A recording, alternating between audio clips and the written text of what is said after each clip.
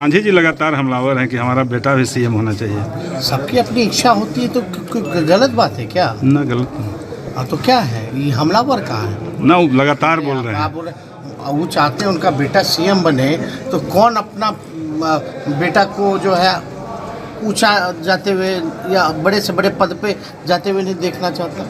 सब लोगों की इच्छा होगी। आप नहीं चाहते आपका बेटा आपसे ज़्यादा नाम करे, सही बात। तो सबकी इच्छा होती है भाई, इसमें कौन सी बड़ी बात है सर? एक तो इसलिए हम ये कह रहे हैं कि हम लोगों को, हम पहले ही बता दे रहे हैं, हमको कोई हड़बड़ी नहीं है। अब इसके मायने आप समझ, मोदी भी आ जाए तो इस बार हम उनको जीतने नहीं देंगे। आपको लगता है कि ये बयान एक्सेप्टेबल? नहीं, इस बयान से समझ में नहीं आ रहा ना कि आपको भाई मौजूदा केंद्र सरकार की नीतियों से ऐतराज है या एक व्यक्ति विशेष से ऐतराज है। ये बयान तो यही दिखा रहा है कि भाई आपको एक मोदी जी से दिक्कत है, इसीलिए आप ललकार रहे हैं कि भैया 100 मोदी भी आ जाएं तो हमें कोई दिक्कत नहीं।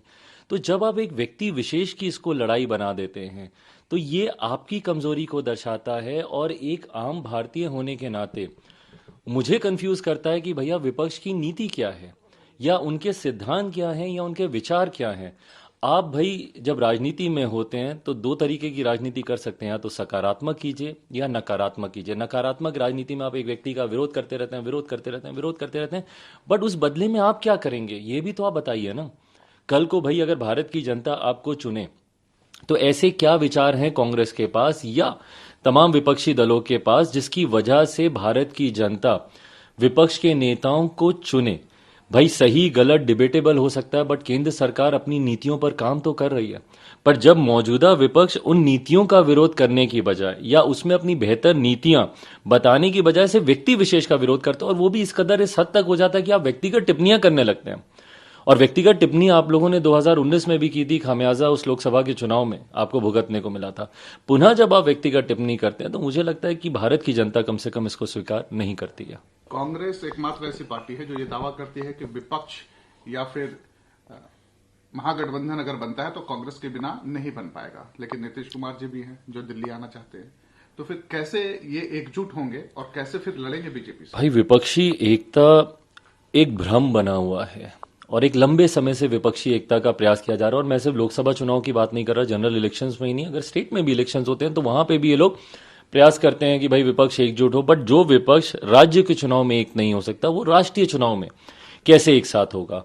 और इसके कारण भी हैं भाई, क्योंकि जितनी बार ये विपक्ष के नेता अलग अलग राज्यों में जाकर विपक्षी एकता का प्रचार करने के लिए एक साथ एक मंच पर खड़े होकर फोटो अपॉर्चुनिटीज के लिए जब एक दूसरे का हाथ पकड़कर तस्वीरें खिंचाते हैं तो उस मंच पर एक साथ एक मंच पर 1 दर्जन से ज्यादा प्रधानमंत्री पद के दावेदार आपको दिखाई देते हैं। और हर किसी की अपनी व्यक्तिगत महत्वाकांक्षाएं हैं, और ऐसी व्यक्तिगत महत्वाकांक्षाओं की वजह से ही विपक्षी एकता कभी ये लोग एकजुट हो ही नहीं पाए।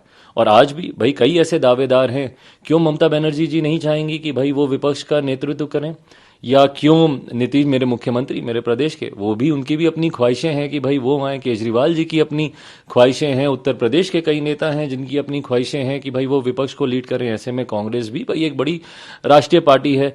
तो ये व्यक्तिगत महत्वाकांक्षाओं की देन ये विपक्षी गठबंधन हमेशा से चढ़ा है, और यही कारण है कि ये कभी एकजुट हो नहीं पाए। एक सवाल आखिरी है, आपने नीतीश कुमार का नाम लिया, आपको लगता है कि उनके अंदर क्षमता है कि वो नेतृत्व कर सके देश का? भाई मैं इस बात को कम से कम स्पष्ट तौर से कह सकता हूं कि जो मुख्यमंत्री प्रदेश का नेतृत्व ढंग से नहीं कर पाए, जिनके नेतृत्व में मेरे प्रदेश के आज ये हालात हैं कि पूरा प्रदेश आज जल रहा है, आगजनी में है, अपराध की गिरफ्त में है, और बाकी भ्रष्टाचार और क्या कहते हैं बेरोजगारी और महंगाई, ये सब तो अभी एक तरफ है। लोग ही जब वहां पे मर रहे हैं तो फिर बेरोजगारी और ये सब तो मायने नहीं रखता।